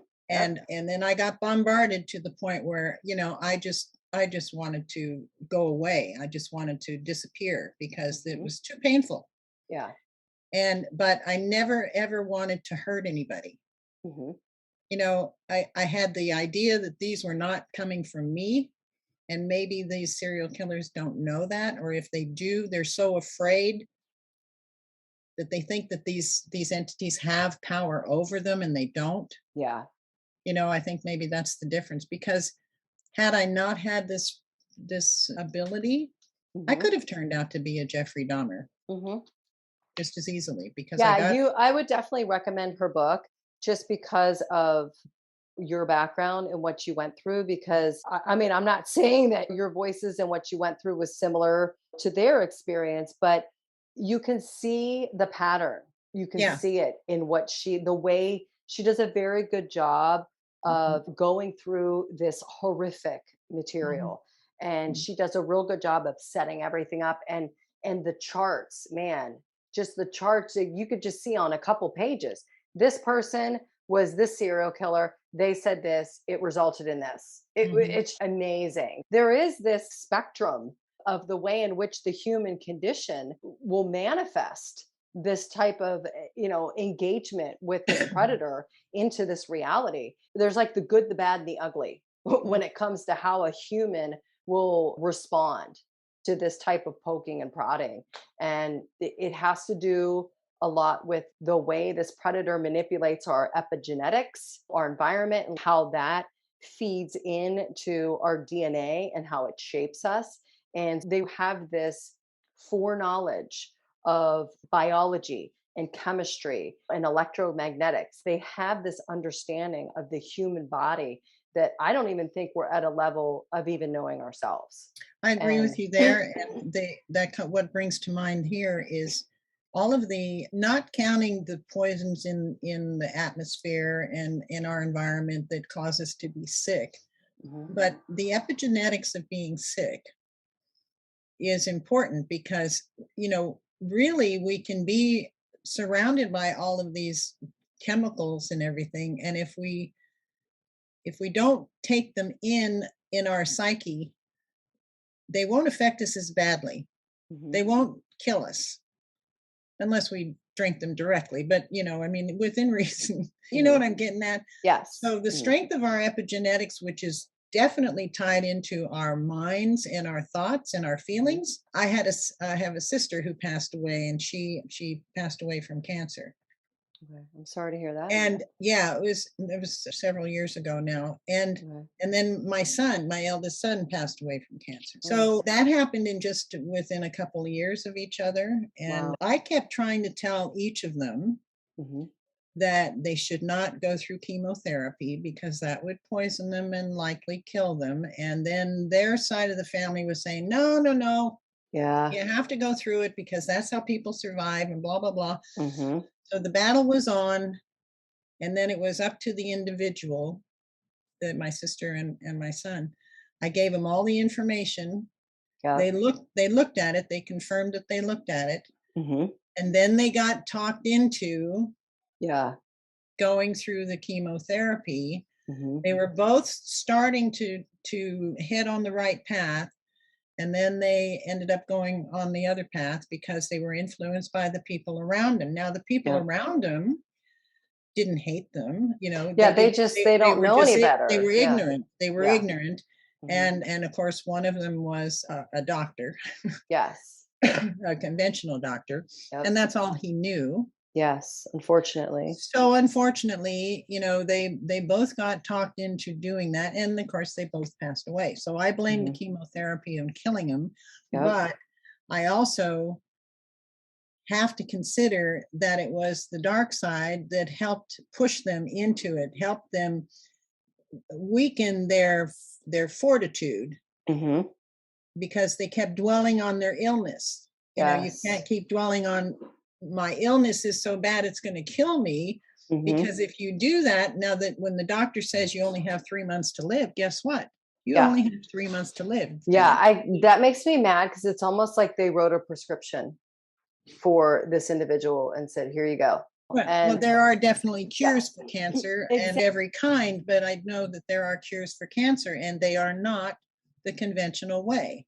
Yes. But then if you don't go the conventional way, have a hard time because, the conventional minded people who have been brainwashed through their lifetime, Mhm. their perception is off. Their Mhm. perception is skewed to believe that the people in the white coats know what they're talking about, and they Yeah. don't. So, it's a catch 22, and Mhm. the dark side is behind it all.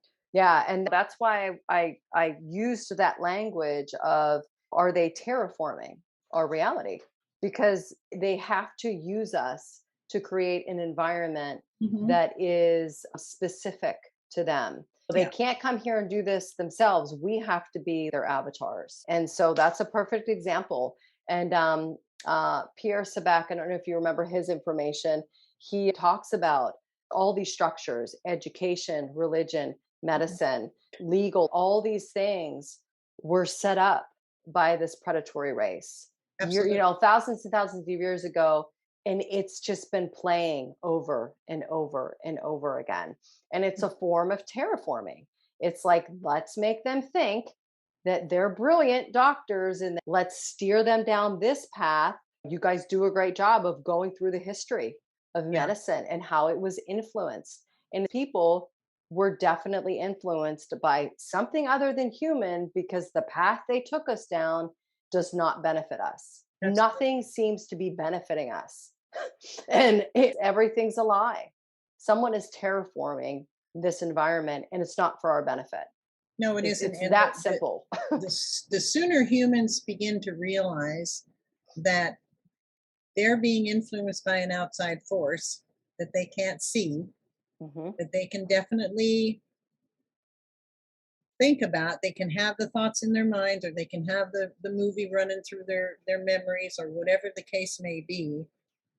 It's there, it's real, it doesn't come from them. People need to learn who they are. I mean, who the heck are we, right? Yeah. Who's ever had a thought of their own? Hmm. I read a lot when I first started down this path. I have a corporate background, so I had to learn a lot. I didn't have any family lineage in this metaphysical stuff. I had to learn it all from scratch.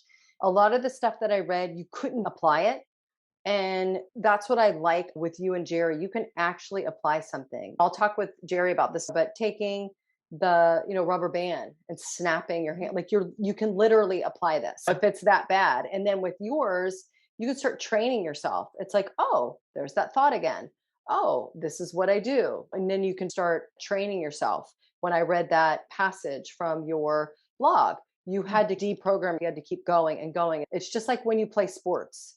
Some of us were naturally gifted at certain sports, but you still have to practice. You still Absolutely. have to learn plays. You still have to develop your skills to a different level. That's what you're doing with this type of mental exercise is you're doing it over and over and again. As soon as you see it, you have to respond. And Yeah, then you once have you to do stop that, it's like memory. It's like when you're weight training, muscle has memory. You take some time off, you get back in the gym, next thing you know, boom, your muscle's back. yeah, and So, you can be saying something like you can be saying a phrase that you've always said. This makes me sick. Mhm. Well, it doesn't really make you sick, but if you say it often enough, you will Yeah, get sick. yeah, You have to exactly. retrain your verbiage of, Yeah. oh, I don't like that, rather than this Mhm. makes me sick. Yeah. Or I need to think about this a little bit differently than I have before, Mhm. rather than this makes me sick, or you're killing me, Yep. that kind of thing. People just do this without thinking about it. Yeah, because And the subconscious doesn't know any different. It doesn't mm-mm, know you're being sarcastic. It doesn't know sarcasm. It yeah, just takes yeah. everything literally. And So, yeah, yeah, that's and one thing I I had think to learn. yeah, I think people might benefit from reading the second part of the That's a Lie program on my Okay. blog. I'll put that in the show description. Yeah, there's Okay. a link at the bottom of the That's a Lie blog that goes to that one. Okay. So all they have to do is click on that and read that. It's not a long read, it's 5 or 6 pages maybe, but there's lots of Okay. pictures and illustrations in there. Okay. I like to write with illustrations as much as possible because it helps people visualize. Yeah, it helps me because I'm a very visual person. I Yeah. really like the illustrations on your website. Let's see. A lot of this we already answered. Now, I do want your opinion. This question here is the predatory intelligence an aspect of some elaborate alchemical process which, on a macro scale, maintains our reality's harmonious balance, in which it acts as an initiation program? It's like an initiation program built into the Earth's environment where the detection of the predator triggers a shamanic gene in someone, regardless if they have the support structure to nurture the gifts. Do you feel, looking back, that you somehow went through an initiation with some of the negative things that happened? Well, these were horrific things. I'm not trying to make light of that. Mhm, But mhm. I'm saying, looking back, can you see at all any type of initiation that was triggered alchemically, transformed you? Yeah, I do within myself, and then I recognized it in other people too. Okay, The good. the initiation is what happens when you get attacked, and then the attack will sometimes bring out some of your unconscious problems, the problems that we have throughout our lives. It brings up the ugly past, and it brings up the things that you're still hanging on to, and it's bringing up old garbage and old baggage and stuff you haven't quite gotten rid of. And when it continues to be brought up, and then you stop and realize, okay, this isn't coming from me. This old memory is being injected into my current day to Mhm. make me give off negative energy for food for these entities. When you realize that, then what you're doing is you're dealing with the old subconscious programming, conditioning that you've been struggling with without knowing it. Mhm. You're shedding those triggers, you're getting rid of them, you're growing in the meantime. So I think that's an alchemical change. Yes. Yeah, it definitely is. And I'm glad you put it in the way that you just put it, because it's almost like this predatory archetype is forcing you to do the shadow work that Carl Jung talks about. Yeah, yeah. And, I tried to end the paper with some hope that even though this predatory species, this archetype, however you want to call it, yes, there is deadly and dangerous consequences, but Mhm. not everybody experiences that negative side of it. sometimes they do go through this alchemical process, and it is a catalyst for it. And that is kind of the light at the end of the tunnel. It's not the train coming at you, it's the light that you can guide yourself towards. That people like you, people like Jerry, people like Paul are the examples that I show of you can wrestle with this and you can come out on top. And then look at all the people that you guys are helping because of this. It doesn't just stop with you. You keep going. You try and stop the perpetuation of it. And when I'm talking about the shamanic gene, that's what I'm talking about, is that once you start going out into the community and teaching others, that's a modern version of shamanism. Because, when we think of shamanism, we think of somebody that lives off in the woods, away from the village. They've been appointed, usually from birth, they're appointed. They have these gifts, they nurture them, they develop them. These are the people that protected the tribes. They did the medicine. They handled everything. They handled the warring with the other tribes, the other villages. They had to protect everything. Not only did they do the medicine, but they were protectors as well. Sometimes they found the food. But we live in these modern conditions. Does that mean that this aspect of humanity is lost? No, it's not. It just has to come through us in a different way. I look at somebody like you and somebody like Jerry and Paulino, those three examples of this is the way that shamanic gene manifests in this type of environment, this digital age. It's the way in which it functions in this time period. I don't think that way of living is lost. I think it's just evolved and adapted. And you are an example of that. Do you agree, or is that pretty much out there? No, it's not too far out there. The shaman, because I've worked with a shaman before. I did what do you call it? Soul retrieval. Okay. And it was really, really interesting and very beneficial. But what I noticed about this shaman is that it was a female, and she actually traveled with me on my spiritual journey, my searching for the different aspects of soul that had left, because when you're traumatized, they say you split. When you're traumatized, your soul's like, I've had enough of this, I'm gone, I'm out of here, Yeah. And then they leave. And then I was studying up on this, and then I noticed in myself that I kind of felt, even though I'd been through all this and I'd conquered all this, I still kind of felt a little empty. And so I thought, well, let me just give this soul retrieval thing a try. And because I'm scientifically minded, right? Yeah. I like to try things to see if they're valid. I spent 6 days and nights at the Monroe Institute to see if out-of-body travel was actually real. And of course, I found out that it is. So with the shaman, as I understand it, they will travel with you on your journey to make sure that you don't end up in any danger. Yes. Because they'll help you they leave you alone until you end up in some kind of dangerous situation. And that's what she explained to me. So I could kind of feel her presence, but it wasn't obnoxious. It wasn't in the way. And so I think that's the difference between what Jerry and Paul and I and other people are doing.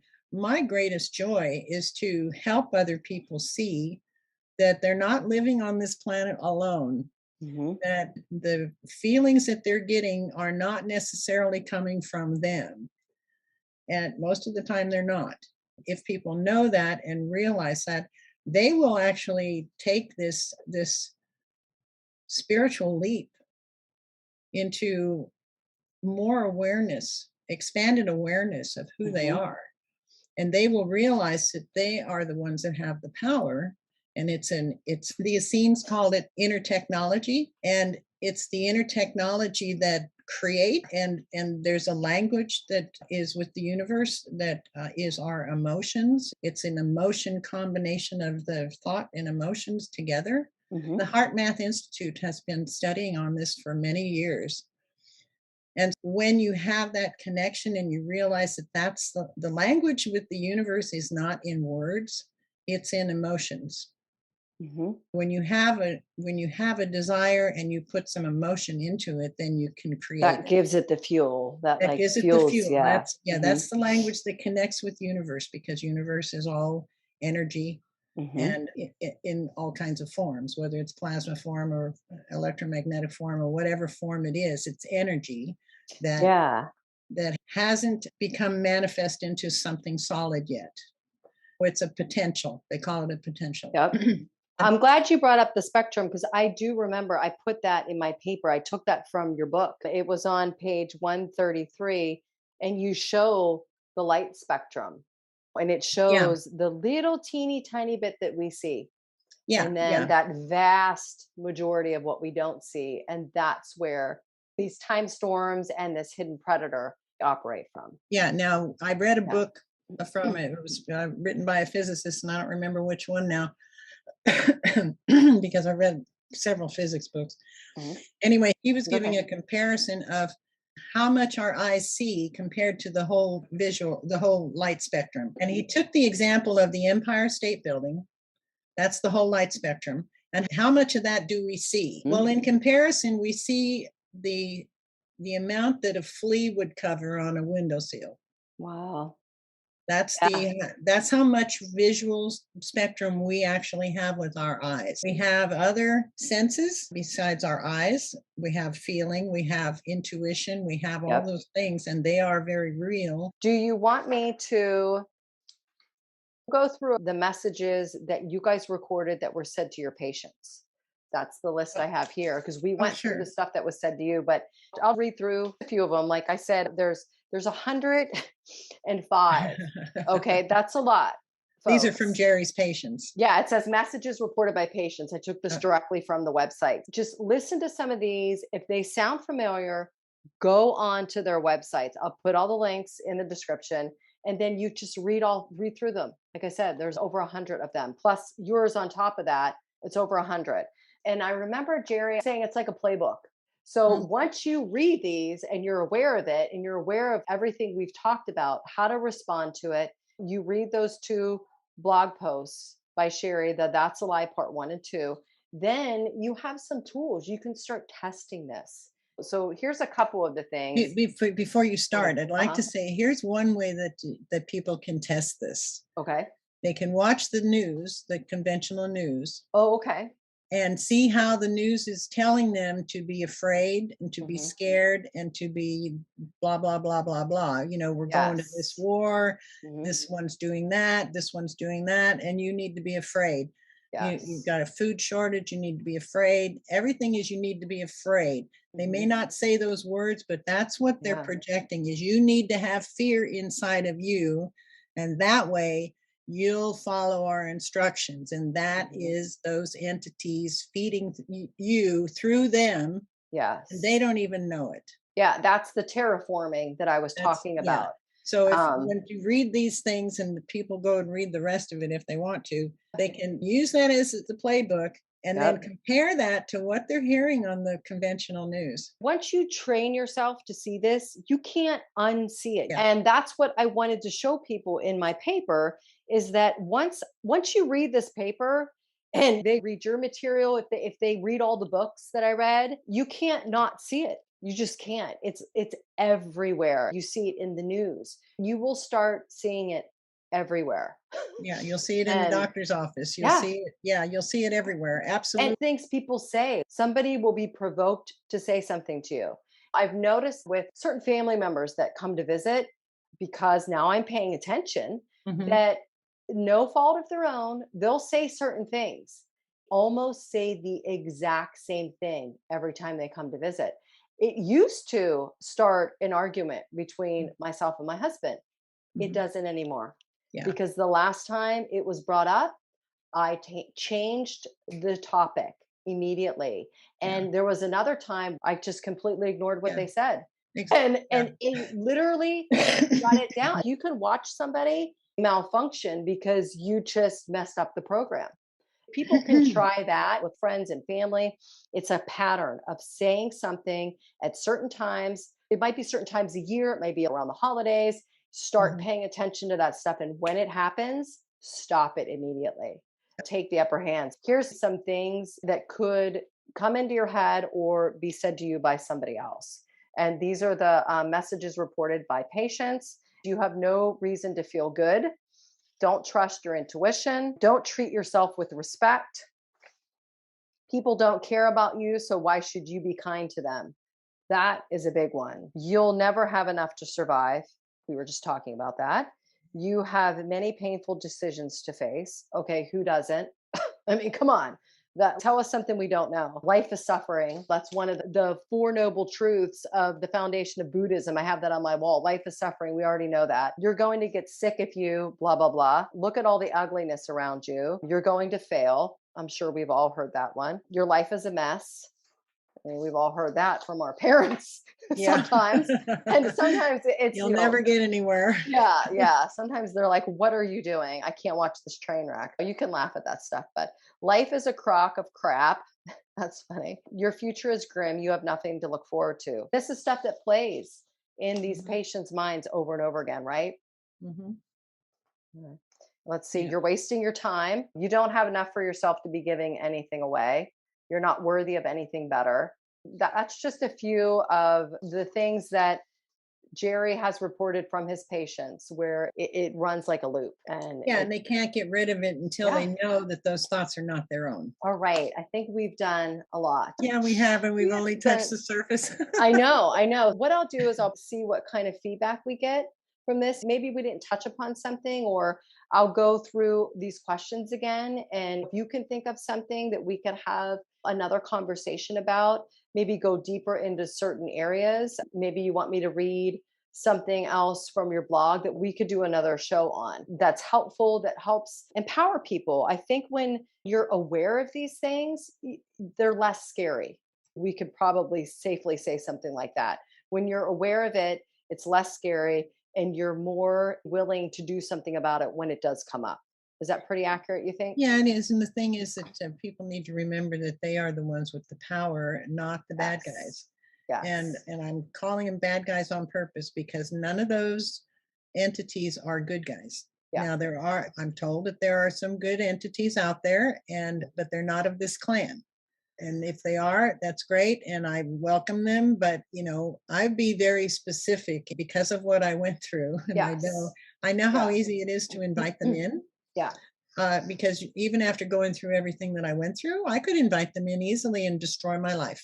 Why would I do that? Yeah. And we're just so everyone knows, we're being very specific here. We're talking about this type of phenomenon that I wrote about in the paper that, I took all these different examples from different disciplines and smushed them all together and said, this is the pattern. This isn't all entities. This isn't all entities. Yeah, this is a particular clan of entities. I call them a clan. I don't want to call them a tribe because that's kind of an insult to the tribes on earth. But, or group, so I don't join any groups. I won't join any groups because I know how groups work. They start out with a good intention and then they get infiltrated. They get corrupted. Yeah. And they get corrupted.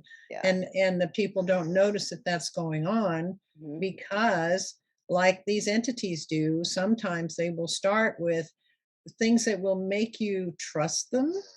Jerry had a patient that he had a heck of a time getting rid of his voices because his voices would really do some evil stuff and then they turn around and do some nice stuff to help him out. And then he's like, I think I got a handle on him now. Well, that's a lie. Yeah. So and then they turn around and do something bad. And then now this is no longer positive and they keep stringing that person along. Yeah. And that's someone who was diagnosed with schizophrenia. So schizophrenia is the top end of the line of being affected by these things, but everybody on the planet is being affected by them in some way or that's another. That spectrum that I was talking about. There's a spectrum and then there's the hierarchy and it all funnels down and smooths out. It's kind of like that bell curve. There's the hierarchy, bad guys, the schizophrenia, and then it all comes down from there. And like I said in the paper, most people probably go their whole lives and not get the worst of it. They'll get things like I do. Where every once in a while you get a thought, you get a memory, and you're like, that sucked. Most people, that's how they'll be affected. But we really do need to be aware of even those little things because a certain memory can set somebody off. It doesn't matter how healthy you are. mentally or, metaphysically. We just need to be aware that there is this hierarchy, there is this spectrum. This is real. You're not crazy. Even things like being jealous of not necessarily a partner, but being jealous that somebody has something that you don't have and you wish Mhm. you did. Yeah, being Uh, resentful, being, yeah, yeah. yeah. Somebody says something, and or even you read an article on the news, and you're like, oh God, they're just so stupid. Well, maybe they are, and maybe they aren't. Maybe they're Yeah. being influenced by these demons, and Mhm. like you can call them any name you like. Yeah. The Christians would probably call them demons, which they're pretty Mhm. close to demons as far as I'm concerned. The Gnostics called them archons, and so Yeah. I can call them archons. They're all the Yes. same. They're all the same. They're Yeah. all Yeah. the same I group. think I have like 2 paragraphs of just the different names of what they're called all across the globe. The globe, It's, yeah. yeah, there's a name in every walk of life has a Mhm. name for this. All of our Absolutely. ancestors knew about this. This Mhm. is nothing new, people. It's No, just that, this goes yeah, back thousands of years old, and I don't yes. know if they originated on Earth for the benefit of us growing Hmm. and growing spiritually, or if they came to Earth from another place. I don't know that answer. Yeah. I don't think, and honestly, those kinds of questions, I don't think we're ever going to get an answer to. I don't really think And they're important, yeah, actually. yeah, yeah. They're And here. They're here. The yes. fact is, they're here. Yeah, exactly. I remember, I don't know if you know David Jacobs. He does a lot of hypnotherapy work with abductees. And he was asked a question like that. And he was like, you know what? It doesn't matter where they come from, they're here. Yeah. It's a problem and we have to deal with it. Does it really matter what planet No. they came? I mean, it was hilarious the way he said that. It really doesn't matter because does it change the situation? No, it doesn't. We still have to deal with it. It is fun to think about where did they come from, but in the end, it's something we do have to deal with. And I think that to close this off, you've done a brilliant job dealing with it. I'm so glad you shared as much as you did.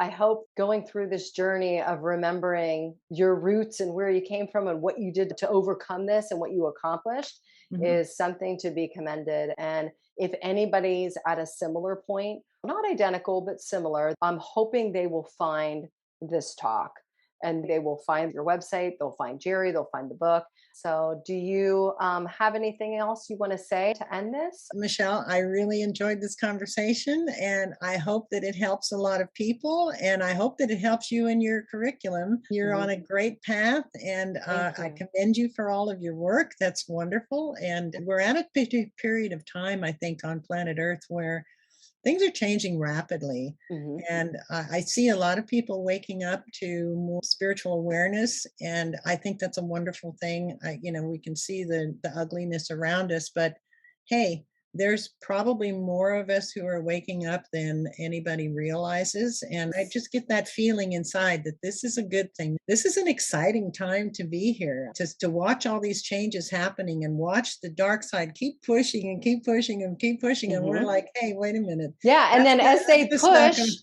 this pressure releases. It releases these gifts to. and talents because there has to be a balance. There's always a balance in this reality. We are almost like a patented technology, this human body and the way it functions and operates. And what I talk about in my master's work is that these predators have to follow certain rules and regulations when they come here to interact with us because this environment has to stay balanced. There's always that balance. Even when we get this dark pressure, this positive stuff comes to the surface through somebody like you, through somebody like Jerry. Somebody like me leaves the corporate world and starts reading books that I can tell you I never would have read in a million years 20 Mhm. years ago. That pressure starts to shape people and mold people. So, like you said, this is an exciting time. And if any of this resonates with anybody, then look out because you're probably going to go through some kind of alchemical transformation that we just talked about, that Sherry went through. I know I've gone through it. It's all for the better. And thank you again for taking so much time. I I think we appreciate did it. 3 hours. We've given people tools on what to do. We've shown them. Self defense is showing you how to avoid something, how to identify something, and then what to do if you encounter it. Absolutely. And that's Absolutely. exactly what we did. I look forward to someday talking again. I look forward to it too. Well, thank you Okay. very much All right. again. I Thank you. Hold on for a second. I'm just going to hit pause.